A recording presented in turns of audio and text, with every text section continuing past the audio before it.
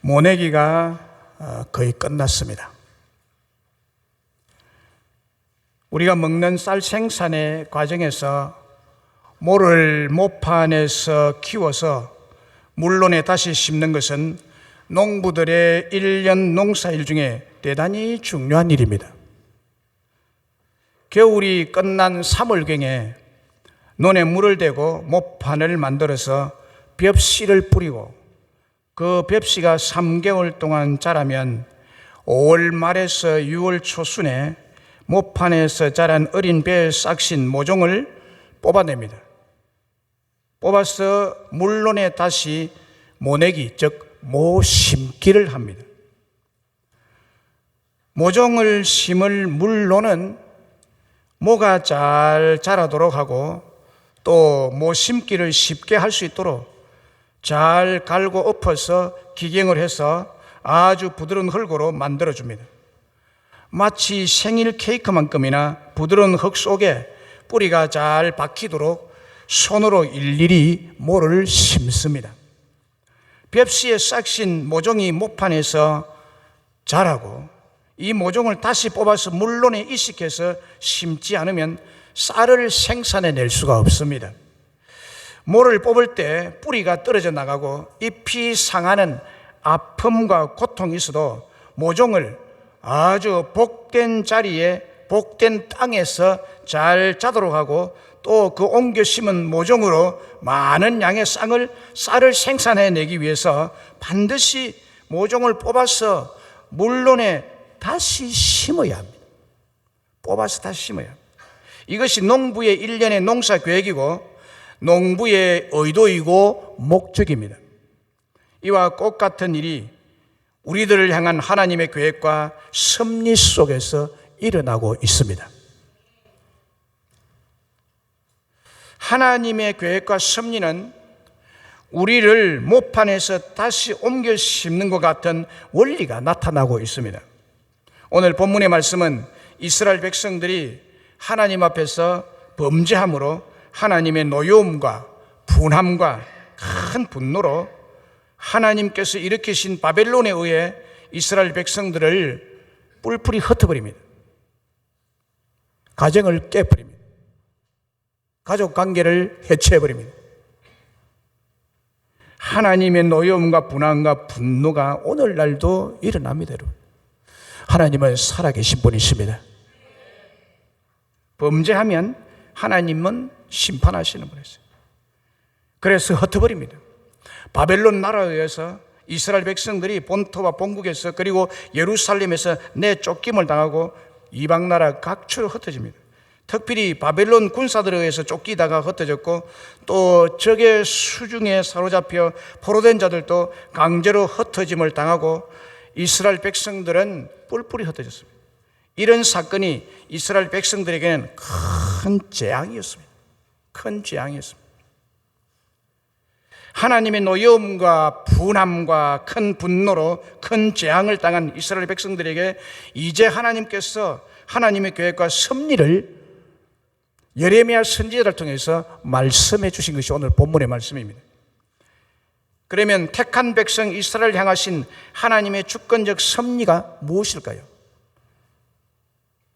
그것은 이방 나라로 흩어졌던 이스라엘 백성을 복된 땅인 본국으로 다시 돌아오게 해서 거기에 심으시겠다는 것입니다.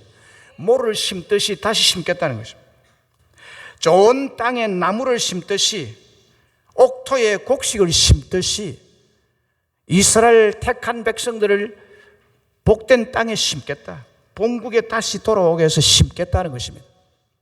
본문 41절에 보면 내가 기쁨으로 그들에게 복을 주되 분명히 나의 마음과 정성을 다하여 그들을 이 땅에 심으리라. 이 땅에 심으리라 라고 합니다. 여기 그들이란 이스라엘 백성들이죠. 하나님이 택하신 백성들을 의미합니다. 그들의 현재의 상황은 바벨론 나라에 포로로 잡혀 있고 또 다른 사람들은 온 이방색으로 흩어져서 유리방황하며 정말 살기 어려운 형편에 처하여 있는 이스라엘 백성들입니다. 오늘 여기 오신 여러분들은 영적 이스라엘인들로서 바로 그들은 우리들을 의미합니다. 그래서 우리들 중에도 오늘 정말 살기 어려운 형편에 처하여 있는 사람들을 향하여 말씀하는 것입니다. 하나님의 주권적 섭리는 영적 이스라엘인들인 우리들을 힘들고 어렵고 고통스러운 삶의 현실에서 뽑아내셔서 복된 땅에 심으시겠다는 계획과 약속입니다. 다시 말씀드리면 힘들고 어렵고 고통스러운 삶의 현실에서 뽑아내어서 복된 땅에 심으시겠다는 계획과 약속은 하나님의 주권적인 섭리로서 우리에게 임한다는 거예요.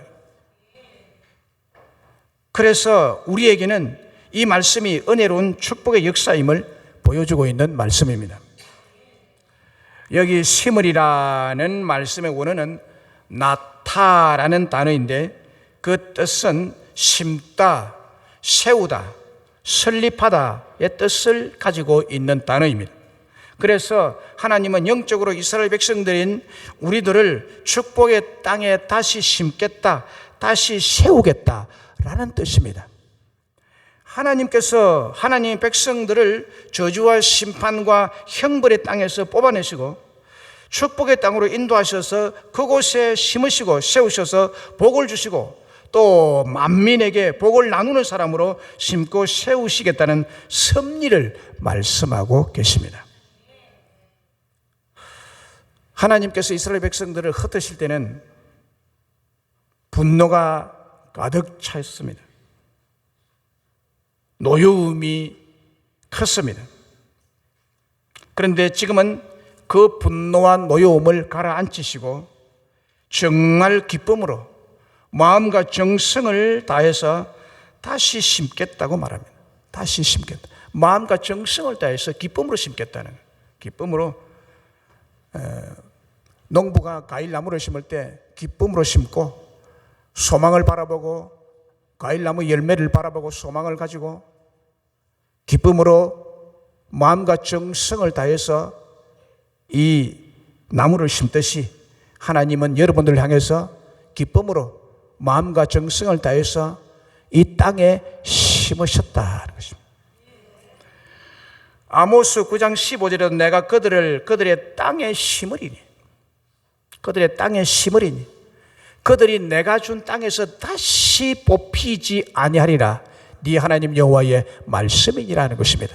이 말은 무슨 말이고 하면 여러분 하나님께서 주신 땅에 하나님께서 거기에 거하게 하시고 거기에 있게 하시고 거기에서 살게 하시고 난 다음에 절대로 다시는 외적이나 어떤 적군에게나 어떤 그 환란으로 인해서 다시 그곳에서 다른 지역으로 이사를 가야 하고 다시 옮겨야 하는 그런 일이 없도록 하겠다는 거예요. 다시 뽑히지 않게 하겠다는 거예요. 예레미야 17장 7절로 8절에 보면 그러나 무릇 여호와를 의지하며 여호와를 의뢰하는 그 사람은 복을 받을 것이라. 그는 물가에 심겨진 나무, 물가에 심겨진 나무가 그 뿌리를 강변에 뻗치고 더위가 올지라도 두려워 아니하며 그 잎이 청청하며 가무는 해도 걱정이 없고 결실이 그치지 않으리라 라고 했습니다. 거기 보면은 물가에 심겨진 나무가 있다는 거예요. 하나님이 이스라엘 백성들을 물가에 심겠다는 거예요. 물가에 심겨진 나무처럼 만들어주겠다 하는 약속입니다. 물가에 심겨진 나무는 더위가 올지라도 두려움이 없습니다. 가뭄이 와도 두려움 없습니다. 그 잎이 언제나 강물의 뿌리가 뻗쳐져 있기 때문에 언제나 청청하며 가무는 해도 결실이 그치지 않는 놀라운 부유한 삶을 살도록 하겠다는 것입니다. 하나님께서 이스라엘 백성들을 하나님께서 주신 복된 땅, 더위가 올지라도 어떤 환란이 올지라도 잎이 상하지 않고 잎이 늘 청청하고 가무는 해도 걱정이 없고 결실이 그치지 않고 풍성하게 맺히며 그런 축복의 땅인 물가에 심으실 것이다. 이렇게 우리를 축복된 사람이 되도록 섭리하시는 은혜로우신 하나님이십니다. 시편 1편에서도 여호와 하나님은 우리를 악인의 꾀에서 죄인의 길에서 오만한 자의 자리에서 뽑아내어 의인의 길, 구원의 길, 겸손의 길인 하나님의 말씀을 묵상하는 복된 땅인 여호와의 집에, 복된 땅인 여호와의 말씀 시냇가에 심어서 시냇가에 심은 나무가 되게 하시겠다고 하는 것입니다. 그 복된 땅인 여호와의 집 시냇가에 철을 따라 열매를 맺게 하고 잎사귀가 마르지 않도록 하나님이 역사하시고, 그 복된 자가 하는 모든 일이 형통하도록, 성공하도록, 안전하도록 하나님이 그렇게 심겠다, 그렇게 보호하겠다. 할렐루야. 하나님의 백성들을 하나님은 이렇게 역사하시고 섭리하고 이끄시는 분이십니다. 그렇습니다. 사랑하는 여러분, 우리 하나님께서 은혜로 섭리하셔서 우리를 이곳에 심으신 것은 이곳이 여러분들에게는 가장 복된 땅인 것입니다. 이곳이 여러분들에게는 시냇가인 것입니다. 여러분들을 복된 자, 형통한 자, 성공자가 되도록 계획하시고 섭리하시고 이곳에 심으신 줄로 믿습니다. 창세기에 나오는 요셉을 보십시오. 요셉에게 하나님께서 섭리하시는 은혜로운 과정을 보면 하나님께서 우리에게도 은혜로운 섭리를 하시고 인도하시는 과정에 있다는 것입니다. 요셉이 청소년 때 얼마나 형제들에게 따돌림을 당하고 고발을 당하고 억울한 일을 많이 당했습니까? 그의 가까운 형제들에 의해서 오해를 받고 얻어맞고 죽음의 우물에 던져지고 가까스로 목숨은 살아났다고 생각했더니 결국 이방나라 애굽 사람에게 노예로 팔려가게 되죠. 그곳에서도 얼마나 어려운 세월을 보내는지 보디발의 집에서 억울한 누명까지 뒤집어 쓰고 다시 살아나올 수 없는 왕의 감옥에 갇히게 됩니다. 그 왕의 감옥에 보디발의 그 집에서 범죄한 종은 왕의 감옥에 갇히는 것입니다. 그런데 하나님이 오묘하신 섭리는 마침내 그 감옥에서 보디발의 장관을 만나게 하고 그 장관에 의해서 그가 애굽나라 이방나라 땅에서 복된 나무로 복된 사람으로 심으시고 세우심을 받게 됩니다. 이게 하나님의 섭리예요. 하나님이 계획하신 가정이에요. 섭리예요. 그때 천하만국에 흉년이 들게 되었습니다. 요셉의 조국 땅에도 흉년이 들게 되었습니다. 먹을 양식이 다 떨어져서 양식을 구하기 위해서 고향에서 요셉의 형제들이 애굽으로 찾아옵니다. 자기를 죽음의 사지로 몰아넣었던 형제들이 자기 앞에 무릎을 꿇고 엎드려 양식을 구걸하게 됩니다. 이때 요셉에게 있어서는 최상의 보복의 기회가 될 수가 있었습니다. 그러나 요셉은 그들의 악행을 악으로 갈지 않습니다. 요셉은 그 자리에서 형제들에게 이렇게 말했습니다. 사랑하는 형제들이여, 근심하지 마소서. 나를 팔고 죽이려고 했던 당신들의 과거의 악행 때문에 두려워하지 마소서. 오늘 이 순간이 있기 때문에 나는 당신들을 도울 수 있게 되었고 기근에 처한 내 민족과 내 형제와 내 아버지와 어머니를 구할 수가 있게 되었습니다. 나를 이 나라의 국무총리로 삼으신 분은 하나님이십니다. 그리고 천하의 가뭄으로 인해서 흉년이 든 것도 하나님의 섭리이십니다. 하나님의 섭리로 여러분들이 이 땅에 오게 된 것입니다.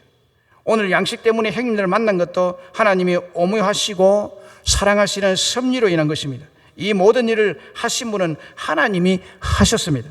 하나님께서 당신들 앞서서 나를 이곳에 심으시고 국무총리로 세우셔서 형님들을 구원하게 하셨습니다. 이 모든 일은 하나님께서 섭리하신 일입니다. 그러므로 나는 형님들에게 아무런 원망이 없습니다 라고 했습니다. 한마디로 줄이면 뭐냐? 형님들이 나를 애굽에 판 것도 하나님 섭리 속에 있었고 감옥에 갇힌 것도 하나님 섭리 속에 있었고 국무총리가 된 것도 하나님의 섭리가 있었고, 그래서 마지막에 하나님의 섭리의 뜻이 드러난 것은 그의 형님들이 양식 구하러 와서 구원함을 받는 그 뜻을 위해서 하나님이 요셉을 그렇게 긴 세월 동안 이끄시고 섭리하시고 애굽 땅의 국무총리로 심으시고 세우신 것입니다. 요셉의 인생 초창기에 애굽의 노예로 팔려와서 당한 어려움을 생각하면 원망과 괴로움과 절망스러운 인생이었지만, 그러나 그 사건이 바로 하나님께서 요셉을 애굽에 심으신 사건이었습니다. 심으시려고 섭리하신 것입니다. 그리고 그 심으신 요셉을 통해서 많은 사람의 생명을 구원하였고, 많은 사람이 복을 받은 복된 사람이 되도록 하신 하나님의 은혜로운 섭리였다는 것을 우리에게 가르쳐주는 사건입니다. 여러분도 그 하나님의 섭리 속에 있음을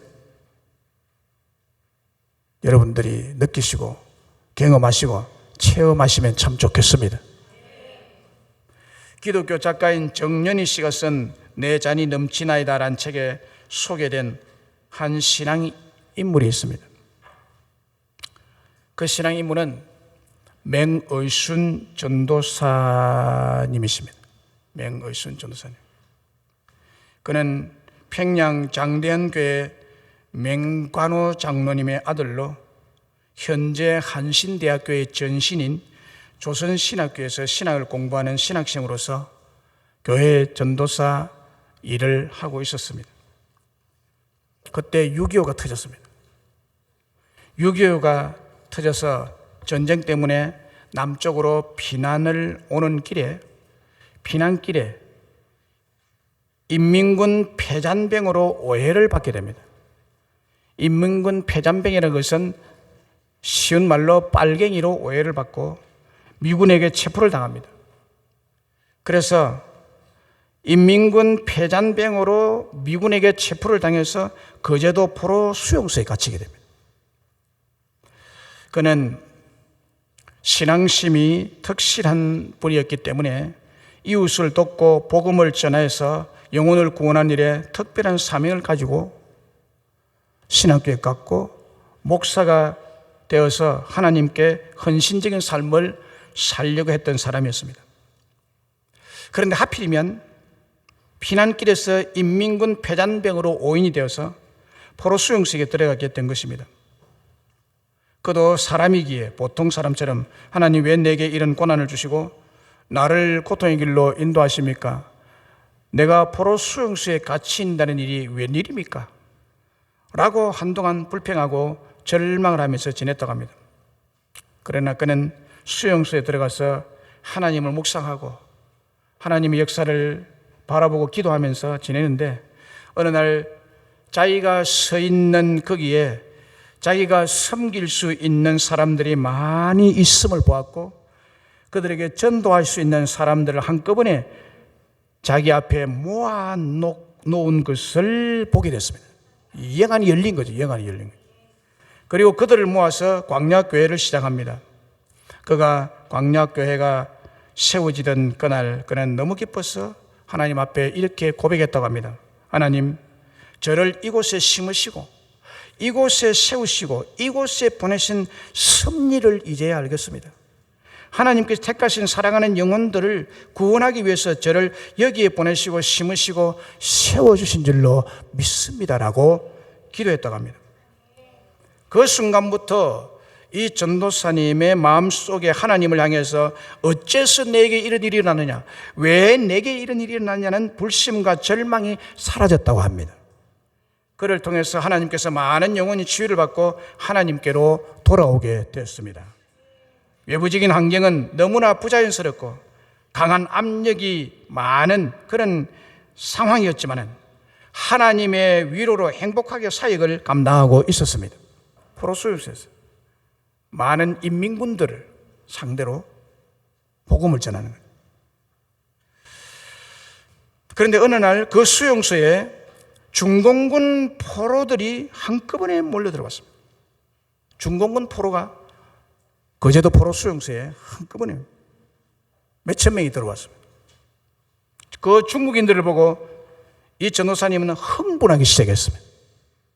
내가 갈 수 없었던 중국 땅, 중국 사람들, 그리고 그곳에 가서 복음을 전하기 위해서 일생을 헌신하며 생명을 내걸고 선교사로 헌신해서 가는 사람들도 있는데 내 앞에 중국 사람들이 몰려오다니.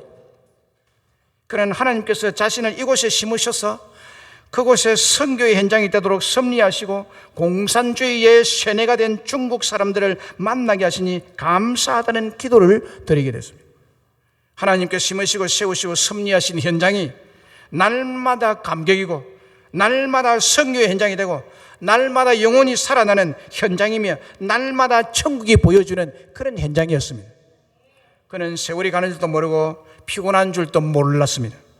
그런데 밖에서 이 전도사님의 친구들이 그가 억울하게 잡혀서 포로 수용소에 감금이 됐다는 소식을 듣고 구맹운동을 시작합니다. 석방 탄원서에 자기의 이름만 서명하면 수용소를 나갈 수 있는 기회가 왔습니다. 그러나 이 전도사님은 그 서명을 거절합니다. 왜냐하면 하나님께서 그를 그곳에 심으시고 세우시고 섭리하셨다는 사실을 알기 때문에 저 포로로 잡혀오는 저 사람들의 영혼을 위해서 자기를 포로 수용소에 여기에 오게 했고 심게 했다는 그 사실을 믿기 때문에 그는 나갈 이유가 없었습니다. 그가 숨을 거두는 날도 새벽 1시부터 3시까지 중환자들을 찾아다니며 그들의 손발을 씻기고 복음을 전하고 찬송가를 가르쳐주고 시편 23편을 읽어주다가 그 자리에 쓰러져서 27세의 꽃다운 나이에 숨을 거두게 됩니다.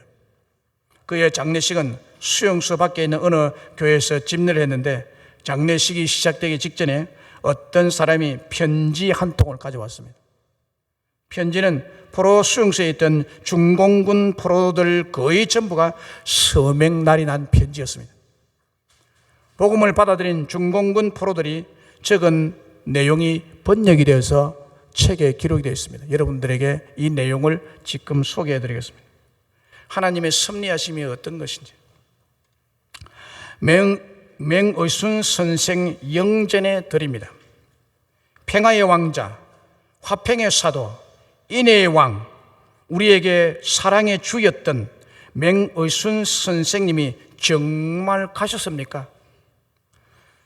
우리는 서로 말이 통하지 않았던 이방인들이었습니다. 우리처럼 포로의 옷을 입은 그가 미국 군인 의사를 도우며 우리 병동을 찾아오던 초기에 우리는 그를 경멸했고 무시했습니다. 그러나 그의 얼굴은 늘 온화했고 우리를 돕는 그의 행동은 희생과 헌신으로 언제나 꾸밈없이 한결같았습니다. 우리는 대개가 그 무엇인가에 대해 몹시 화가 나 있던 사람들이었습니다. 적이 따로 없었습니다. 전쟁이라는 것에 대해서 화가 났고 우리를 전장에 보낸 사람들이 누구인지 모르지만 그들을 죽도록 원망했습니다. 그런 우리들에게 맹선생은 십자가의 도를 가르치기 시작했습니다. 우리에게 글을 전혀 모르는 사람에게까지 일일이 글씨를 가르쳐가며 찬미가를 불러주셨고 나무 십자가를 안고 다니며 그 뜻을 성심껏 설명해 주셨습니다. 선생은 새벽 1~2시면 늘 병동으로 오셨습니다. 초저녁에 치료와 간병을 맡았던 사람들이 물러가고 중환자들이 더욱 심하고 무거운 고통에 짓눌리는 시간에 선생은 고통을 다스리는 천사로 우리 앞에 나타나셨습니다. 선생의 한 손에는 성경책이, 다른 한 손에는 물통이 들려 있었습니다. 선생은 움직이지 못하는 환자를 골고루 만져주고 주물러 주면서 간절히 기도하셨습니다. 선생의 손에는 신비한 힘이 있었습니다. 그 손이 얼굴에 닿으면 시원하고 가벼워졌습니다. 선생이 발을 씻겨주시면 천상에 오르는 것처럼 평화로워지고 마음에 걸리는 것이 다 사라졌습니다. 우리는 염치 없이 한 번만 더 그분의 손으로 씻기움을 받기를 원했습니다. 우리는 선생님에게서 사랑의 신이 계시다는 것을 보고 깨닫고 알기 시작했습니다. 우리는 말이 필요 없었습니다. 말이 통하지 않는 것에 대해 별로 불편해할 일이 없었습니다. 우리가 지금까지 알고 있었던 것은 잘 사는 사람 몇 명이 우리들의 기회를 빼앗았기 때문에 저들만 기름지게 살고 우리는 가난할 수밖에 없는 것이라고 가르침을 받아왔습니다. 이제는 우리도 모택동의 깃발날에 모여 공산주의만 잘하면 잘 살 수 있는데 그렇게 되려면 미국이나 구라파의 몇몇 나라와 싸워서 이겨야 한다는 것 뿐이었습니다. 그러다가 우리는 포로가 되었고 그렇게 되고 보니 쓰레기 같은 낡은 무기로 총바지가 된 것을 이제야 알았습니다. 친구들은 무더기로 죽어갔습니다. 그러는 가운데 우리는 붙잡혀 포로가 되고 팔 잘린 자, 다리 잘린 자, 눈을 잃은 자, 살점 달아난 자, 동상으로 살이 문드러져 가는 자, 적군의 손에 의해 치료를 받게 되는 신세가 되었습니다. 될 대로 되라는 심사와 끝없는 원망과 정오가 굳어져 우리의 마음은 캄캄하기 이를 데 없었습니다. 그런데 그 자리에 맹선생이 오셨습니다. 맹선생의 숨결은 우리의 껍데기를 녹여 주었습니다. 얼음장처럼 차고 두껍고 어둡던 마음의 문을 기도와 찬미의 손과 사랑으로 녹게 해 주셨습니다. 우리는 십자가의 도가 사랑인 것을 알았습니다. 그 사랑의 시작이 예수 그분인 것을 알았습니다. 십자가는 나의 죄의 모양이고 내 죄를 인해 예수가 그 위에 죽을 수밖에 없었다는 것도 알게 되었습니다. 나의 죄가 죽고 사랑이 살아남으로 승리했고 그 승리가 영원이라는 것을 알았습니다. 8월 11일 새벽에도 마지막 환자를 씻기고 난 선생님은 자신의 눈물을 씻을 생각도 하지 않으시고 시편 23편을 우리말로 더듬더듬 읽어 주었습니다. 여호와는 나의 목자시니 내가 여호와의 집에 영원히 거하리로다. 이 말씀을 봉독한 후 그분은 한 번 더 힘차게 내 잔이 넘치나이다, 내 잔이 넘치나이다 라고 하시고 먼 곳을 바라보시며 쓰러지셨습니다. 자신이 하나님의 사랑 때문에 그 자리에 심겨지고 세워진 것을 믿었을 뿐만 아니라 분명히 알았습니다. 그리고 이 사랑의 복음을 전하기 위한 것이 자신의 삶의 목적인 것을 믿고 사랑의 명령 앞에 순종했던 맹의순 선생님의 마지막 고백은 내 잔이 넘치나이다 였습니다.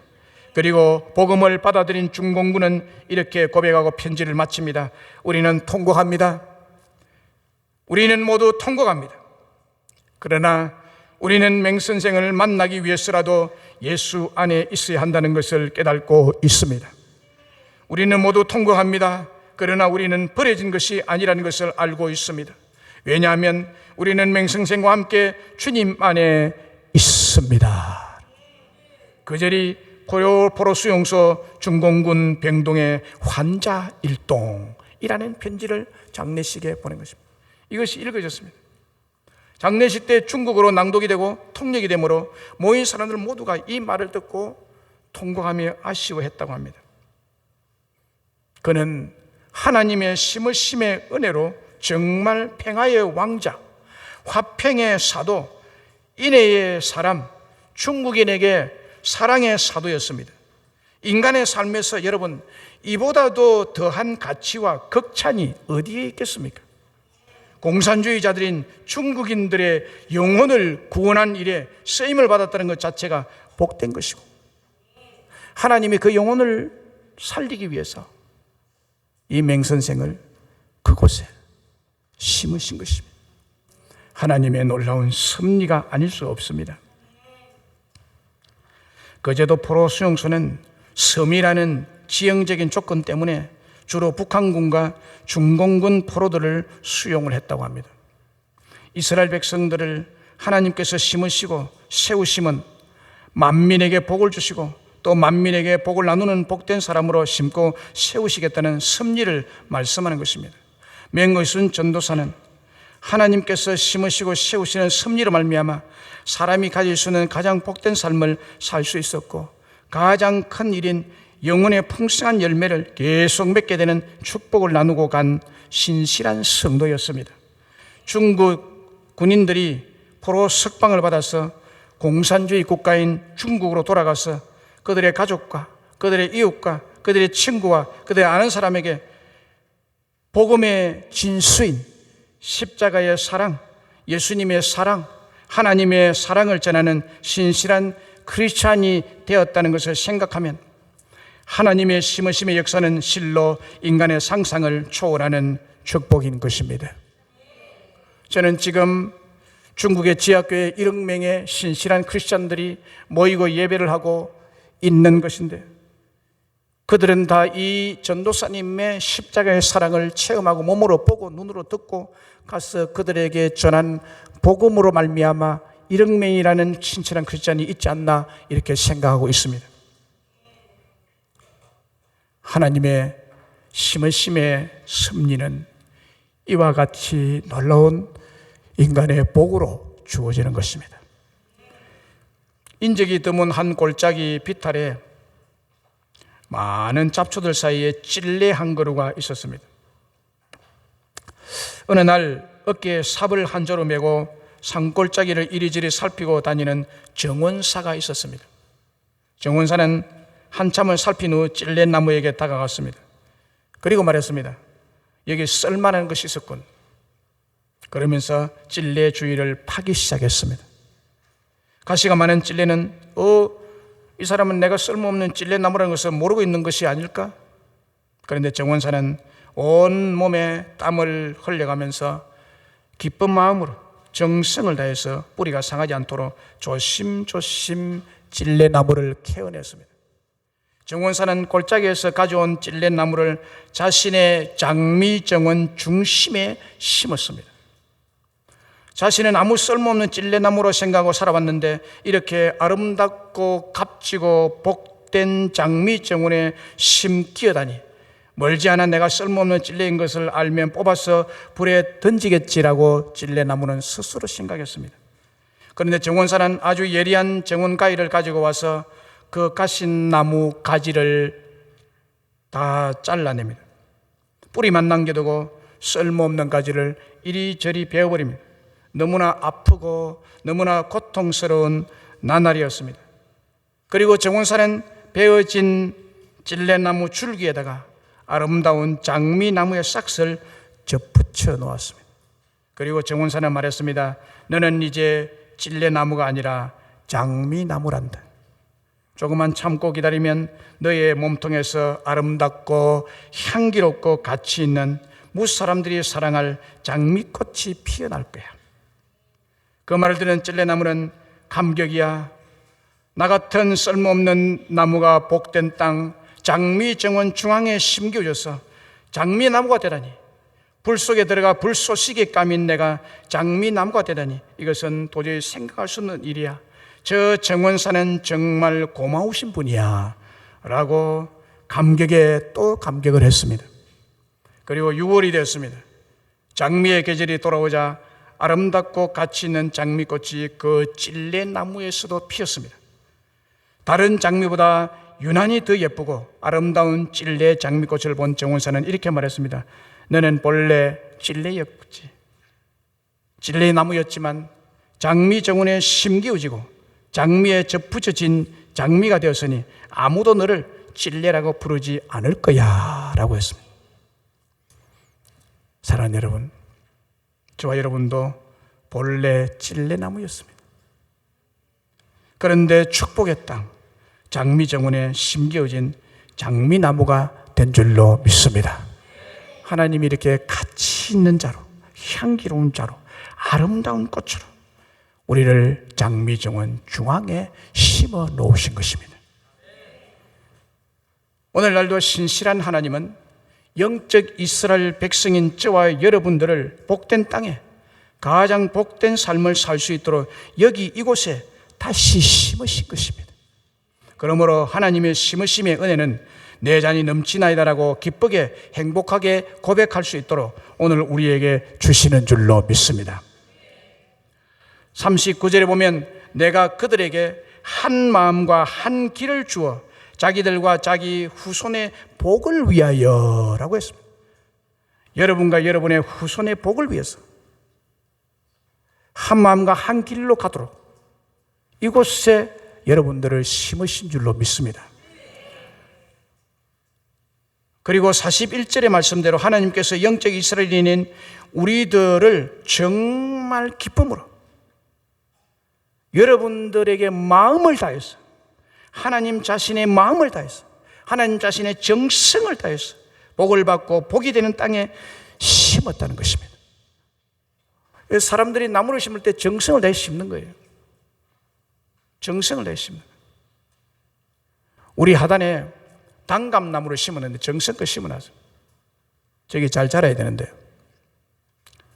심을 때는 정성을 다해 심는 거예요. 우리 하나님 여러분들 여기 심을 때 하나님이 참 기뻐하셨어요. 그리고 마음을 다하고 정성을 다해서 복을 받고 복이 되는 땅에 여러분들을 심으신 줄로 믿으시기 바랍니다.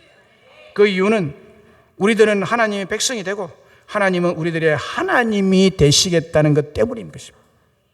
그리고 영원한 언약을 스스로 세우셨는데 이 복을 계속 주시고 이 복을 계속 누리도록 지켜주시기 위해서 우리들 떠나지 않겠다는 언약을 주셨습니다. 여러분을 떠나지 않고 항상 하나님을 경외하도록, 하나님을 경외하는 마음을 여러분 마음속에 두고 여러분도 하나님 떠나지 않도록 경외심을 주시고 하나님도 여러분을 안 떠나겠다고 영원한 언약을 주셔서 복의 복을 받도록 여러분과 여러분의 후손에게, 여러분에게 복, 후손에게 복, 복의 복을 여러분들에게 더하시는 은혜를 베푸시겠다고 말씀하고 있습니다. 말씀했습니다. 우리에게 남은 것은 이제 하나뿐입니다. 우리에게 허락하신 모든 복을 우리가 받게 될 복된 곳, 우리가 받게 될 복된 땅에 심으셨다는 하나님의 주권적 섭리를 굉장한 믿음으로 받아들이는 것입니다. 여러분 마음에 이 사실을 받아들이시기를 주의 이름으로 축복합니다. 여러분들은 하나님께서 복된 땅에 여러분 당대뿐만 아니라 여러분 후손에게까지 복의 복을 주시겠다고, 그리고 나의 백성으로 삼겠다고, 나는 너희 하나님이 되겠다고, 그리고 영원히 떠나지 않고 안전하게 지키시겠다고, 다시는 뽑힌 일이 없이, 다시는 쫓겨남이 없이 하나님께서 여러분들을 지키시겠다고 영원한 언약을 주시고 계십니다. 이거를 받아들이시라 말이에요. 경외하는 마음으로 받으시라 하는 것입니다. 그리고 하나님의 은혜로우신 영원한 언약을 하나님을 경외하는 믿음으로 여러분들이 믿으셔야 됩니다. 그럴 때 영원히 변치 아니하시는 영원한 언약을 통해서 우리와 우리의 후손이 심기어진 이 땅에서 하나님께서 허락하신 모든 복을 받아 누리게 될 줄로 믿습니다. 우리 결단